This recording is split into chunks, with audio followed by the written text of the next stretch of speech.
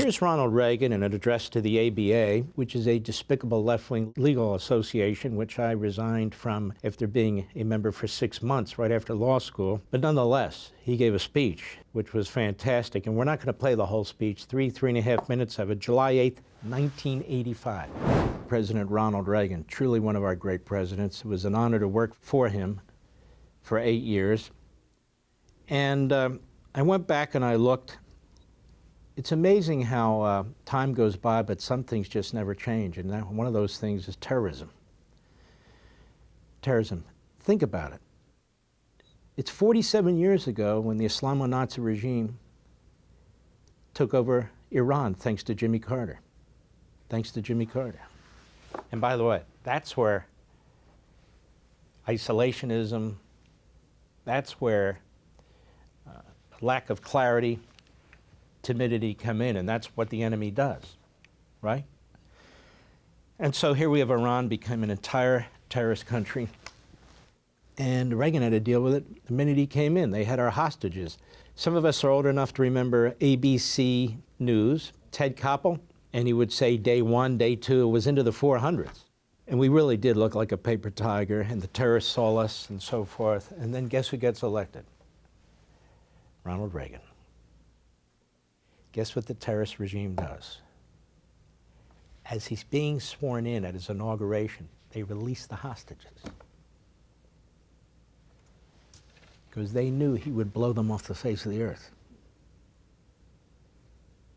Warmonger.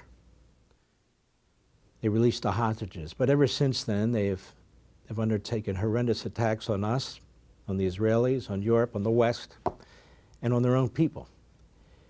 Those death camps in Iran are not filled with Christians and Jews and Hindus and Buddhists. They're filled with Muslims. Muslims. These Islamists kill more Muslims than anybody else does. It's what they do. Because of the ideology I discussed with you last night.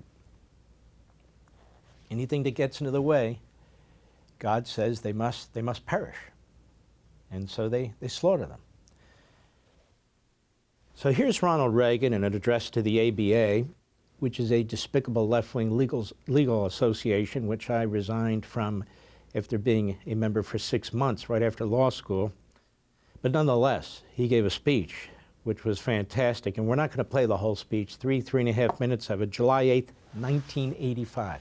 Literally almost 40 years to the day. Go. And all of these states are united by one simple criminal phenomenon: their fanatical hatred of the United States, our people, our way of life, our international stature. And the strategic purpose behind the terrorism sponsored by these outlaw states is clear: to disorient the United States, to disrupt or alter our foreign policy, to sow discord between ourselves and our allies, to frighten friendly third world nations working with us for peaceful settlements of regional conflicts, and finally to remove American influence from those areas of the world where we're working to bring stable and democratic government. In short, to cause us to retreat, retrench, to become Fortress America. Yes, their real goal is to expel America from the world. And that is the reason these terrorist nations are arming, training, and supporting attacks against this nation. And that is why we can be clear on one point: these terrorist states are now engaged in acts of war against the government and people of the United States.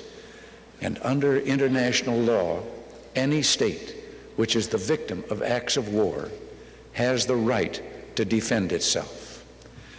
Now, for the benefit of these outlaw governments who are sponsoring international terrorism against our nation, I'm prepared to offer a brief lesson in American history.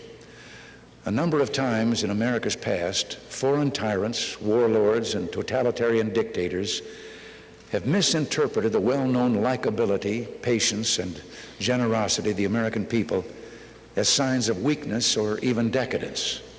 Well, it's true, we are an easygoing people, slow to wrath, hesitant to see danger looming over every horizon. But it's also true that when the emotions of the American people are aroused, when their patriotism and their anger are triggered, there are no limits to their national valor nor the consuming passion to protect this nation's cherished tradition of freedom. Teddy Roosevelt once put it this way: "The American people are slow to wrath, but when their wrath is once kindled, it burns like a consuming flame." And it was another leader, this time a foreign adversary, Admiral Yamamoto, who warned his own nation after its attack on Pearl Harbor that he feared, quote, "We have only awakened a sleeping giant, and his reaction will be terrible." Yes, we Americans have our disagreements, sometimes noisy ones, almost always in public. That's the nature of our open society. But no foreign power should mistake disagreement for disunity. Those who are tempted to do so should reflect on our national character and our history, a history littered with the wreckage of regimes who made the mistake of underestimating the vigor and will of the American people. So let me today speak for a united people. Let me say simply, we're Americans. We love this country. We love what she stands for, and we will always defend her. For all this and much more, sign up for Levin TV.